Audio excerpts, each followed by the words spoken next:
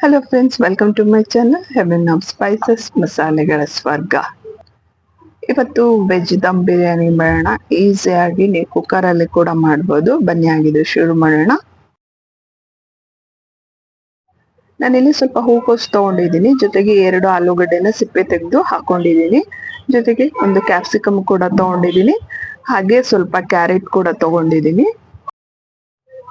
ಹಾಗೆ ನಾನಿಲ್ಲಿ ಸ್ವಲ್ಪ ಸೋಯಾಬೀನ್ದು ವಡ ತಗೊಂಡಿದ್ದೀನಿ. ಸೋಯಾ ಚಂಕ್ಸ್ ಅಂತ ಹೇಳ್ತಾರಲ್ಲ, ಅದನ್ನ ನೀರಲ್ಲಿ ನೆನೆಸ್ಬಿಟ್ಟು ಬಿಸಿನೀರಲ್ಲಿ ನೀರಿನಂಶ ತೆಗೆದು ಅದನ್ನ ಕೂಡ ಒಂದು ಬಟ್ಲಷ್ಟು ಹಾಕೊಂಡಿದ್ದೀನಿ. ಹಾಗೆ ಹಸಿ ಬಟಾಣಿ ತಗೊಂಡಿದ್ದೀನಿ. ಇದು ಒಣಗಿರೋಂಥ ಬಟಾಣಿ ನೀರಲ್ಲಿ ನೆನೆಸಿ ತಗೊಂಡಿರೋದು. ನಿಮ್ಮ ಹತ್ರ ಫ್ರೆಶ್ ಬಟಾಣಿ ಇದ್ರೆ ಅದನ್ನು ಕೂಡ ಉಪಯೋಗಿಸ್ಕೊಳ್ಳಿ. ಹಾಗೆ ಒಂದು ದೊಡ್ಡ ಚಮಚದಷ್ಟು ನಾನಿಲ್ಲಿ ಬಿರಿಯಾನಿ ಮಸಾಲ ಪೌಡರ್ ಹಾಕೊಂಡಿದ್ದೀನಿ. ಹಾಗೆ ಒಂದು ಚಮಚದಷ್ಟು ಗರಂ ಮಸಾಲ, ಹಾಗೆ ಇದಕ್ಕೆ ಖಾರದ ಪುಡಿ ಕೂಡ ಹಾಕೊಳ್ತಾ ಇದ್ದೀನಿ, ಒಂದು ಚಮಚದಷ್ಟು. ಹಾಗೆ ಇಲ್ಲಿ ಒಂದು 4 ಹಸಿಮೆಣಸಿನ್ಕಾಯಿ, 1 ಇಂಚಿನಷ್ಟು ಶುಂಠಿ, ಸ್ವಲ್ಪ ಬೆಳ್ಳುಳ್ಳಿ ಹಾಕೊಂಡು ಪೇಸ್ಟ್ ಮಾಡ್ಕೊಂಡಿದ್ದೀನಿ, ಅದನ್ನು ಕೂಡ ಹಾಕೊಳ್ತಾ ಇದ್ದೀನಿ. ಹಾಗೆ ರುಚಿಗೆ ತಕ್ಕಷ್ಟು ಉಪ್ಪು, ಸ್ವಲ್ಪ ಸಣ್ಣಗೆ ಕಟ್ ಮಾಡಿರೋಂಥ ಕೊತ್ತಂಬರಿ, ಪುದೀನ, ಜೊತೆಗೆ ಉಪ್ಪು ಕೂಡ ಹಾಕೊಂಡು ಇದಕ್ಕೆ ಮೊಸರು ಹಾಕೊಂಡು ಚೆನ್ನಾಗಿ ಕಲಿಸ್ಕೊಳ್ಳೋಣ. ಅಕಸ್ಮಾತ್ ಪುದೀನ ಎಲ್ಲ ಅಂದ್ರೆ ಸ್ಕಿಪ್ ಮಾಡಿ, ಹಾಕಿದ್ರೆ ಚೆನ್ನಾಗಿರುತ್ತೆ. ಇದನ್ನ 1 ತಾಸು ನೆನೆಯೋದಕ್ಕೆ ಬಿಡೋಣ. ಮಸಾಲೆ ಎಲ್ಲ ತರಕಾರಿ ಹೀರ್ಕೊಳ್ಳುತ್ತೆ. ನಿಮ್ಮ ಹತ್ರ 1 ಗಂಟೆ ಟೈಮ್ ಇಲ್ಲ ಅಂದ್ರೆ ಅಟ್ಲೀಸ್ಟ್ ಒಂದು ಅರ್ಧ ಗಂಟೆನಾದ್ರೂ ಹೀಗೆ ಬಿಡಿ. ಅವಾಗ ತುಂಬಾ ಚೆನ್ನಾಗಿ ತರಕಾರಿ ಎಲ್ಲ ಉಪ್ಪು ಖಾರ ಹೀರ್ಕೊಳ್ಳುತ್ತೆ, ರುಚಿಯಾಗಿರುತ್ತೆ. ಇಲ್ಲಿ ನಾನು 1 ಕಪ್ನಷ್ಟು ಅಕ್ಕಿಗೆ 1.5 ಕಪ್ನಷ್ಟು ನೀರು ಹಾಕೊಂಡಿದ್ದೀನಿ.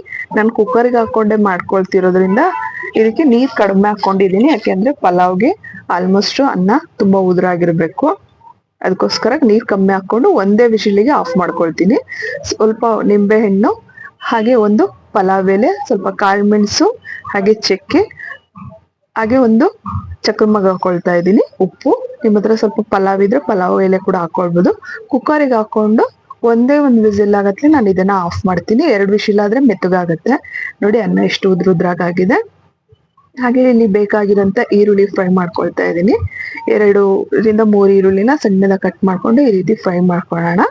ನೋಡಿ ಅರ್ಧ ಗಂಟೆ ಆಗಿದೆ. ಈಗ ಒಂದು ಚಮಚ ಎಣ್ಣೆಗೆ 1 ಚಮಚದಷ್ಟು ತುಪ್ಪ ಹಾಕೊಂಡಿದ್ದೀನಿ. 1 ಟೇಬಲ್ ಸ್ಪೂನ್ ಅಷ್ಟು ಆಯಿಲಿಗೆ 1 ಸ್ಪೂನ್ ಅಷ್ಟು ತುಪ್ಪ ಹಾಕೊಂಡಿದ್ದೀನಿ.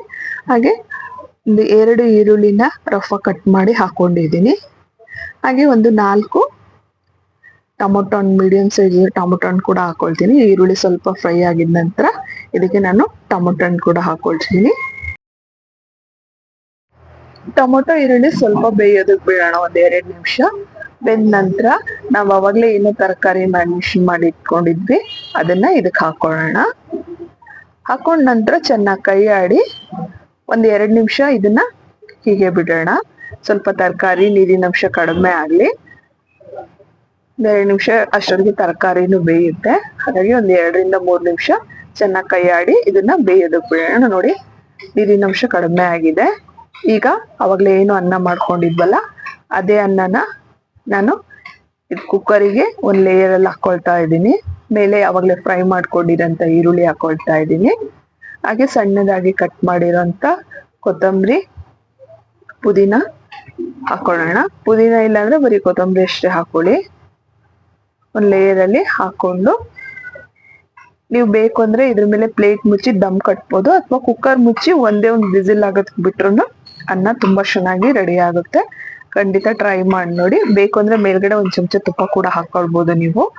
ನೋಡಿ ನಮ್ದು ದಮ್ ಬಿರಿಯಾನಿ ರೆಡಿ ಆಗಿದೆ, ಎಷ್ಟು ಚೆನ್ನಾಗಾಗಿದೆ.